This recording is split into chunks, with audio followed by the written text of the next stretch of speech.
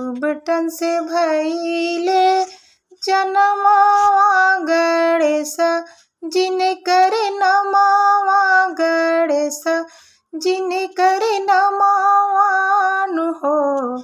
सखी गौरा मैया करे आसनवा बनाई के लालनवान हो। सखी गौरा मैया करे आसनवा बनाई के लालनवान हो।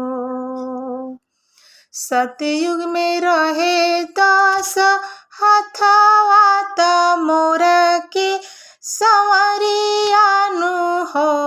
सखी माहेश्वर गणेश जी के नमवा त सती के लालनवान हो। सखी महेश्वर गणेश जी के नमवा त गौरी के लालनवान हो। त्रेता युग में भइले 8 हाथवा त शेर के सवरिया त शेर के सवरियानु हो। सखी विनायक गणेश जी के नमवा त गौरी के लालनवा त सती के लालनवान हो।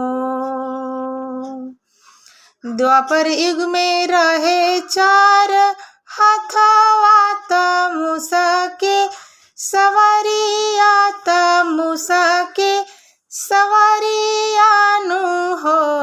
सखी जग जाने गौरी गजानन त पार्वती के लालन हो।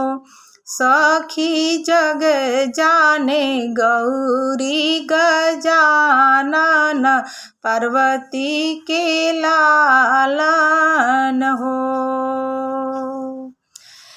गावे प्रतिभा कलयुग में गणेश के गुण गनवानु हो।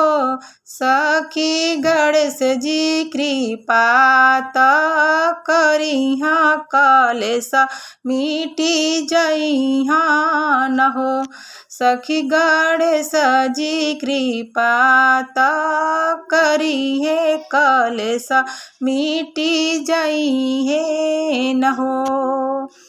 उबटन से भइले जनमवा गणेश जिनकर नमवा गणेश जिनकर नमवान हो।